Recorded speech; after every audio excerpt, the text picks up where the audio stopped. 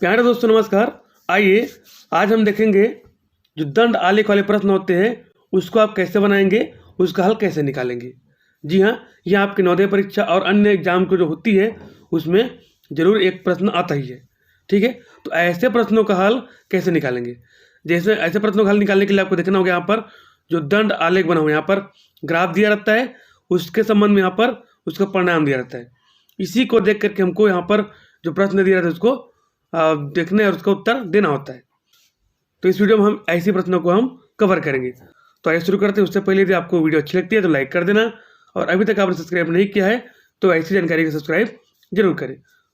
आइए देख लेते हैं। सबसे पहला प्रश्न यहाँ पर दिया है, किसी विद्यालय के 10वीं कक्षा के परीक्षा परिणामों का दंड आरेख नीचे दिए गए। यहाँ पर वर्ष दिया है और यहाँ पर उसका परिणाम दिया है। 2006 में कितना परिणाम दिया है, 2007 में कितना गया, 2008 में कितना है, 9 में कितना है, 10 में और 11 में, इस प्रकार से दिया है। अब उससे संबंधित यहाँ पर प्रश्न दिया है, किस वर्ष परीक्षा परिणाम कम रहा। ठीक है, किस वर्ष परीक्षा परिणाम कम रहा, 7, 8, 9 की 10 में। अब चित्र को देखने पर आपको पूरा क्लियर हो जाएगा। जैसे यहाँ पर सबसे कम छोटा दंड कहाँ पर है, ए वाला। इसको देखेंगे कौन सा, 2009। ठीक है, तो यहाँ पर 2009 वाला सही हो जाएगा। आइए अब देख लेते हैं अगला क्वेश्चन।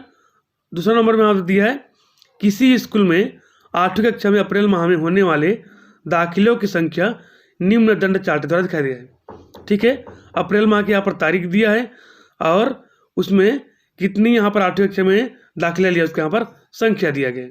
ठीक है, अब इससे संबंधित जो प्रश्न है, अप्रैल माह की किस तारीख को सबसे कम दाखिले हुए, सबसे कम। तो हम यहाँ पर देखेंगे सबसे कम कहाँ पर है, ए वाला। ठीक है, तो तारीख कितना है यहाँ पर, 12। तो यहाँ पर देखेंगे 10, 11, 12, ये सी नंबर का ऑप्शन आपका सही हो जाएगा। ठीक है, नेक्स्ट क्वेश्चन देख लेते हैं। अगले क्या दिया यहाँ पर, अगले यहाँ पर दिया है, तीसरे यहाँ पर दिया, विभिन्न विद्यालयों में छात्रों की संख्या का दंड आरेख नीचे दिया गया है। एक समय 1250, वाई में 1200, जेड में 1150, पी में 1350, क्यू में 1100। अब उससे संबंधित यहाँ पर प्रश्न दिया है, किस विद्यालय में छात्रों की संख्या 1200 से अधिक और 1300 से कम है, अर्थात दोनों के बीच में। तो यहाँ पर दोनों के बीच में हम देखेंगे ये है 1250, जो 1200 और 1300 के बीच में कौन सा विद्यालय है, एक्स। तो एक्स वाला जो ऑप्शन है आपका सही हो जाएगा। ठीक है दोस्तों, नेक्स्ट क्वेश्चन देख लेते हैं। अब यहाँ पर अगला क्वेश्चन यहाँ पर दिया है, निम्न आरेख में से वह वर्ग बताइए जिसमें विद्यार्थियों की संख्या दूसरे वर्ग से आधे है। इस प्रकार से क्वेश्चन पूछे जाते हैं। ठीक है, इसको देखना है और हमको बताना है कि कौन से दंड आरेख में आधा होना चाहिए, जो अन्य से क्या होना चाहिए, आधा। ठीक है, जैसे ए में कितना दिया है, 50, बी में दिया है 40, सी में दिया है 50, डी में दिया है 30, ई में दिया है 60। तो सबसे अधिक यहाँ पर कितना दिया है, 60, और सबसे कम कितना यहाँ पर है, 30। तो यहाँ पर देख पा रहे हैं, तो यहाँ पर 60 से आधा 30 है। ठीक है, तो आधा वाला ऑप्शन कौन सा होगा, डी। यहाँ पर डी वाला ऑप्शन कहाँ पर दिया है, देख पा रहे हैं हम यहाँ पर इस सी वाला। ठीक है, तो ये वाला ऑप्शन आपका सही हो जाएगा। ठीक है दोस्तों, अब देखते हैं अगला प्रश्न। अगला प्रश्न हम क्या दिया है, ग्राफ से मालूम करें कि विद्यार्थियों आर तथा एस द्वारा मिलकर विद्यार्थियों पी, क्यू तथा टी से कितने अधिक प्रश्न हल किए। कौन कौन बोल रहा है, आर और एस। तो सबसे पहले हम आर और एस को देखेंगे। आर कितना दिया है, 14, और एस कितना किया है, 10। तो दोनों मिला के हो जाएगा यहाँ पर 24। ठीक है, अब बोला है पी, क्यू, टी। तो पी ने कितना किया है, 4, और क्यू ने कितना किया यहाँ पर 8, और टी ने कितना किया है 8। तो कितना हो जाएगा, 8 और 16, 4, 20।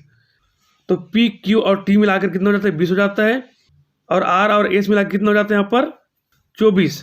ठीक है, तो इस प्रकार से हम देख सकते हैं 20 और 24 में कितना अंतर है, 4 का। ठीक है, तो यहाँ पर देखेंगे ये पहला वाला ऑप्शन आपका सही हो जाएगा। दोनों में अंतर कितना है, 4 का। अब देख लेते हैं अगला क्वेश्चन।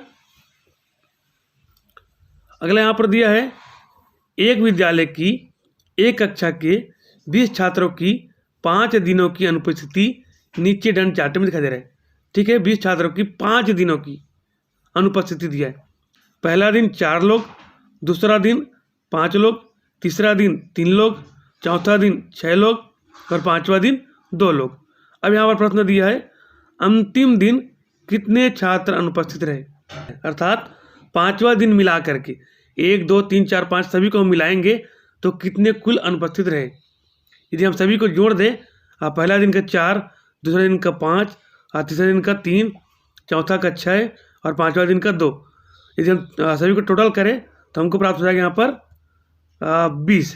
ठीक है, सी वाला ऑप्शन आपका सही हो जाएगा। अब देख लेते हैं अगला क्वेश्चन। अगला क्वेश्चन क्या दिया है? अगला क्वेश्चन यहाँ पर दिया है किसी विद्यालय में विभिन्न कक्षाओं में छात्रों की संख्या नीचे दंड आरेख द्वारा दिखाई गई है। ठीक है, एक कक्षा यहाँ पर दिया है 1 2 3 4 5 और छात्र यहाँ पर दिया गया है। तो कक्षा 4 और 5 में कुल कितने छात्र हैं? किसे बोल रहा है? कक्षा 4 और 5 में। तो 4 में कितने यहाँ पर है? 35 और 5 में कितने हैं? 30। तो दोनों मिला के कितना होगा? यहाँ पर दिया 65 70 50 की 55। यदि हम दोनों को मिलाएं कक्षा 4 और 5 के विद्यार्थियों को तो हमको प्राप्त हो गया यहाँ पर 65। ठीक है, तो 65 वाला आपका सही हो जाएगा। अब देख लेते हैं अगला क्वेश्चन।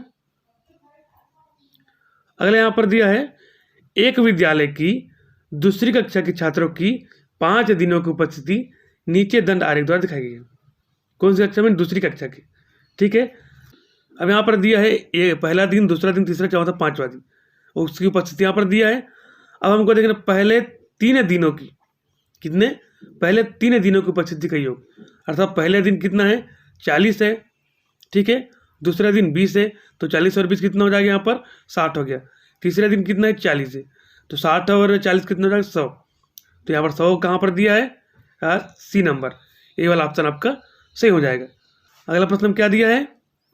अगला प्रश्न यहाँ पर दिया है क्रिकेट मैच में जिन 5 टीमों ने भाग लिया उनके रनों को नीचे दंड आरेख द्वारा दिखाया गया है। ठीक है, ये टीम है। टीम 1 ने यहाँ पर 110 रन बनाया, टीम 2 ने यहाँ पर 135 रन बनाया, 3 ने 105, 4 ने 115 और 5 ने 125। ठीक है, तो यहाँ पर दिया है अधिकतम और न्यूनतम रनों में अंतर अर्थात घटाने पर। तो अधिकतम कितना दिया यहाँ पर? सबसे अधिकतम यहाँ पर है 135 और सबसे न्यूनतम कितना है यहाँ पर? 105। तो दोनों के यदि हम अंतर देखें, अर्थात 135 में 105 को घटाए तो कितना मिलेगा? ठीक है, 5 10 20 की 30।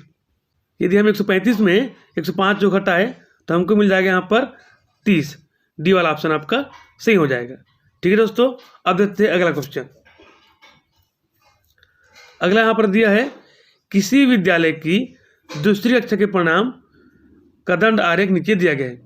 यहाँ पर वर्ष सम दिया 2008 में कितने यहाँ पर 80 और 100 के बीच में 90 हुआ। यहाँ पर 2009 में यहाँ पर लगभग 80 है, 2010 में यहाँ पर 100 है, 2011 में भी 100 है। तो किन किन वर्षों में परीक्षा परिणाम जो है 100% रहा? तो 100% यहाँ पर 2 वर्ष यहाँ पर दिया है, 2010 और 2011। तो 10 और 11 कहाँ पर है? ये पहला वाला जो ऑप्शन है आपका सही हो जाएगा। ठीक है, इस प्रकार से आप जो है दंड आरेख यहाँ पर जो दिया रहता है उसको देखेंगे, उसके अनुसार से जो प्रश्न दिया रहेगा उसके हल आपको निकालना है। ठीक है, तो आशा करता हूँ कि जानकारी आपको अच्छी लगी होगी। यदि अच्छी लगी तो लाइक कर देना और आपने अभी तक सब्सक्राइब नहीं किया है तो ऐसी वीडियो को सब्सक्राइब करना ना भूलें।